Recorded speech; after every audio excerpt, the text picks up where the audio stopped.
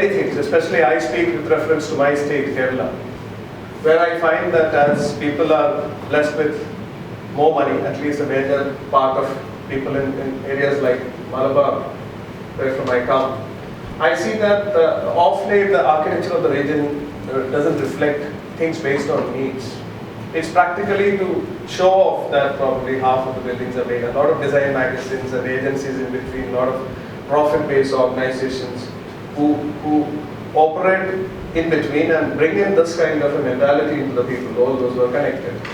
Unlike such a situation, whatever vernacular, if you really explore it, has come up as a response to the needs of the people.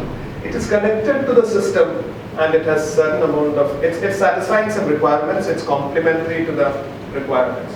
In terms of the materials you choose, the resource conservative attitude that you take, the kind of participation of people, the extent to which you employ manpower, at all these levels it has this complementary dimensions to bring forth.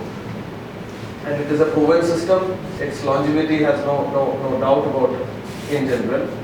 And there are constants that you can always depend upon. You don't have to import know-how, knowledge from elsewhere.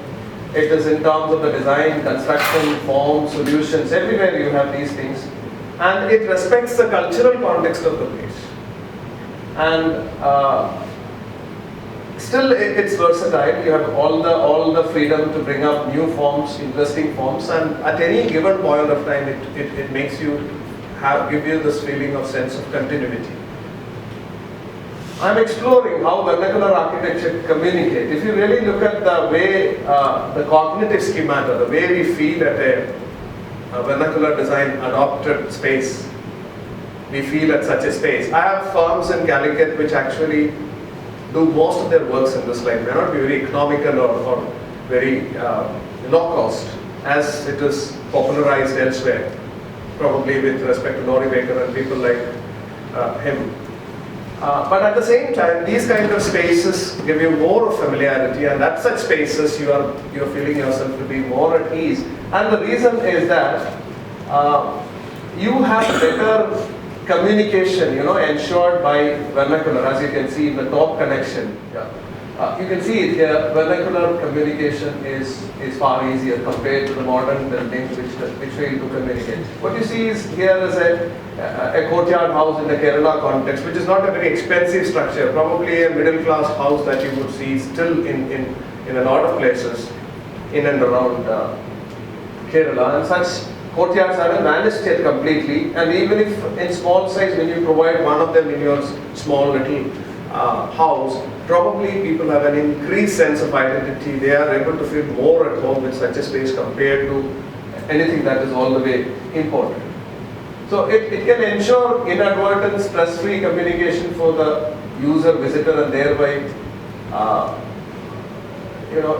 feels more be at home with.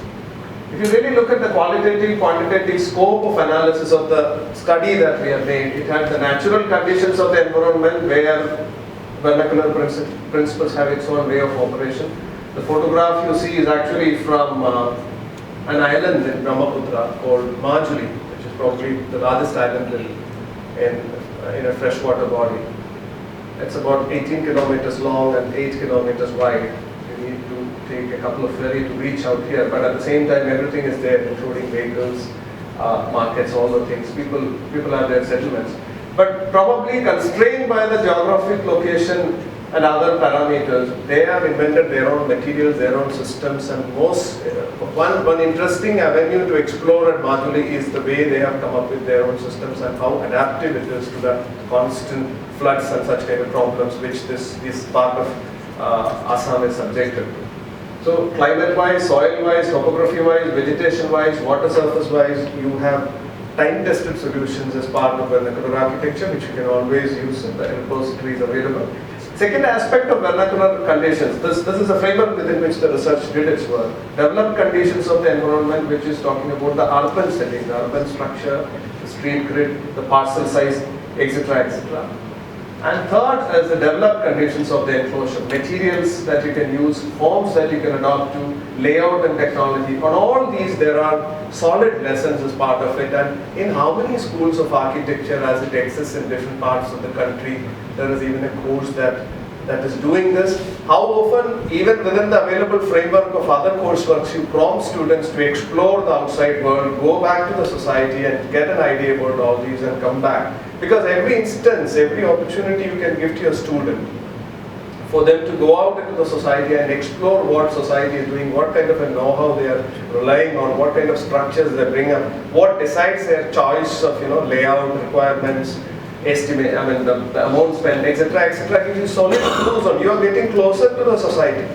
In fact, the very ivory tower kind of a philosophy which every architecture student is put to from day one, or half of the architecture students would primarily be joining because seeing the glamorous part of it. You have to unromanticize the profession, and probably you have to tell them that, okay, 80% of the country doesn't work based on this. I'm not saying everybody would, for making money, for your survival, you may still depend on costly projects and the kind of heavy commission that you might be getting, the fees that you get.